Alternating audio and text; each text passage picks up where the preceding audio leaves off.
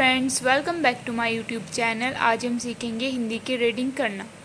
So guys, जिन बच्चों को हिंदी की रीडिंग करना नहीं आती है वो इस वीडियो से सीख सकते हैं। मैं आपको स्लो रीडिंग कराने की पूरी कोशिश करूंगी ताकि आपको एक एक वर्ड अच्छे से समझ आ सके। तो चलिए स्टार्ट करते हैं। चैप्टर है हमारा 10 और इस चैप्टर का नेम है बड़ों की बातें। तो चलिए स्टार्ट करते हैं। यहाँ से स्टार्ट करेंगे। एक नगर में एक पहलवान रहता था। उसका नाम जीसुक था। वह बहुत हृष्ट पुष्ट था। दूर दूर तक उसकी जोड़ का पहलवान नहीं था। वह अनेक कुश्तियाँ जीत चुका था। उसने बहुत से शिष्य बना रखे थे। उनसे जो भेंट मिलती थी उससे जीसुक की आजीविका चलती थी। परंतु कुछ समय बाद सभी शिष्य भाग गए। अब तो जीसुक की आय के साधन बंद हो गए। भूखों मरने की नौबत आ गई। उसने सोचा कि प्रदेश में जाकर रोजगार करना चाहिए।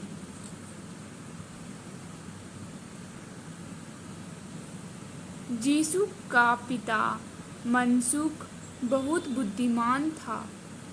वह दुनिया की ऊंच नीच को अच्छी तरह जानता था। जीसुक अपने पिता से आज्ञा लेने के लिए गया। तब पिता ने उससे कहा, बेटा, यह पागलपन अपने दिमाग से निकाल दो। जब तुम यहाँ कुछ काम नहीं कर सकते तो बाहर जाकर कौन से पहाड़ तोड़ोगे? जीसुक बोला, पिताजी, यात्रा करने से बहुत से लाभ होते हैं। तरह तरह के लोगों से मिलना होता है। विद्वानों ने कहा है कि अपना घर छोड़ने के बाद ही आदमी धनी बनता है। पिता ने कहा, तुम्हारी बात ठीक हो सकती है, लेकिन यात्रा से लाभ उन लोगों को होते हैं जो व्यापारी, विद्वान, गायक और कारीगर होते हैं। बेटा, तुम्हारे पास चारों में से एक भी गुण नहीं है। तुम्हें तो बस अपने बल का घमंड है। लेकिन सब जगह बल प्रयोग से सफलता नहीं मिलती है। यदि तुम बिना मौके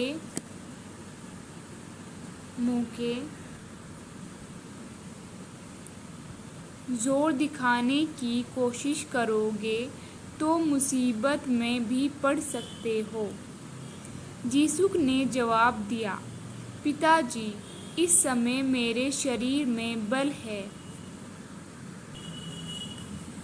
यदि चाहूँ तो दहाड़ते हुए शेर को भी मार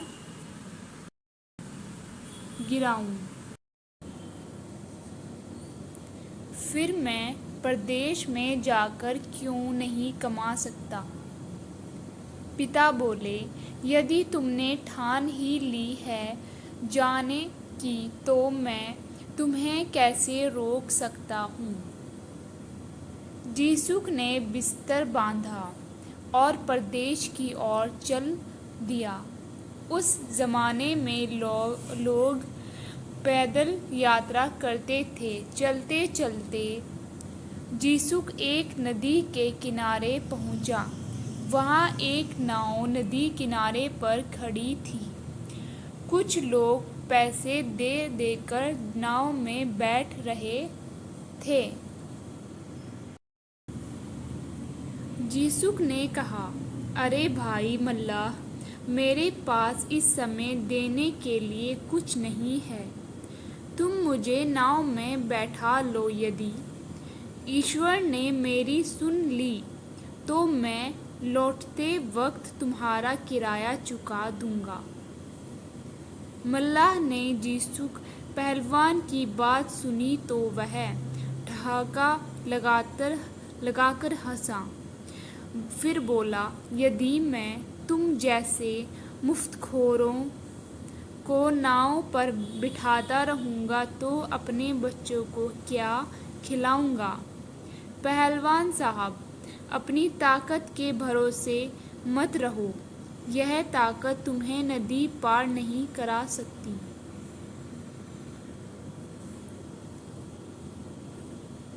इतना कहकर मल्लाह ने नाव का लंगर खोल दिया। जीसुक ने चिल्लाकर कहा, अरे भाई, मुझे भी बैठा लो, मेरे पास जो कपड़े हैं वह ले लेना। मल्लाह ने पहलवान को नाव में बैठा लिया। पहलवान ने बैठते ही मल्लाह को पीटना शुरू कर दिया। यह देखकर दूसरा मल्लाह अपने साथी को बचाने के लिए दौड़ा। जीसुक ने उसकी भी धुनाई कर दी। पहले मल्लाह ने कहा, पहलवान साहब, हम पर दया करो, हमें किराया मत देना। नाव नदी में चल दी, लेकिन मल्लाहों के मन में पहलवान के प्रति घृणा पैदा हो गई। वे उससे बदला लेने की सोचने लगे। नाव धीरे धीरे तैरती हुई नदी के बीच पहुंची तो मल्लाहों ने चीखना शुरू कर दिया, नाव खतरे में है। तुम में से यदि कोई साहसी और बलशाली हो तो खंबे पर चढ़ जाए और नाव की रस्सी पकड़ ले, वरना यह नाव डूब जाएगी। मल्लाहों की चाल काम कर गई। जीसु पहलवान अपने बल पर घमंड करके सब कुछ भूल गया। उसने रस्सा पकड़ा और उछलकर खंबे पर जा बैठा। जीसु का खंबे पर चढ़ना था कि मल्लाह ने झटका देकर उसके हाथ से रस्सा खींच लिया और नाव को आगे बढ़ा दिया। जीसु नाव की तरफ तकता रह गया। वह 2 दिन तक भूखा प्यासा खंबे पर बैठा रहा। तीसरे दिन वह नींद में भरकर नदी में गिर पड़ा। वह तैरना नहीं जानता था, लेकिन हाथ पैर मारता हुआ वह नदी के किनारे पर पहुंचा। उसने सत्तू खाकर अपनी भूख शांत की और आगे का मार्ग पकड़ा। थोड़ी दूर चलने के बाद उसे बड़ी तेज प्यास लगी। इधर उधर निगाहें दौड़ने पर उसे एक कुआं दिखाई दिया। वह कुएं के पास आया। कुछ लोग पैसे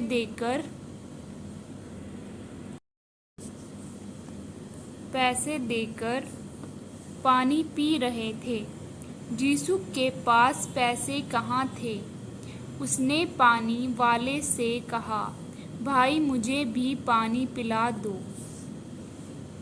उस आदमी ने बिना पैसों के पहलवान को पानी नहीं पिलाया।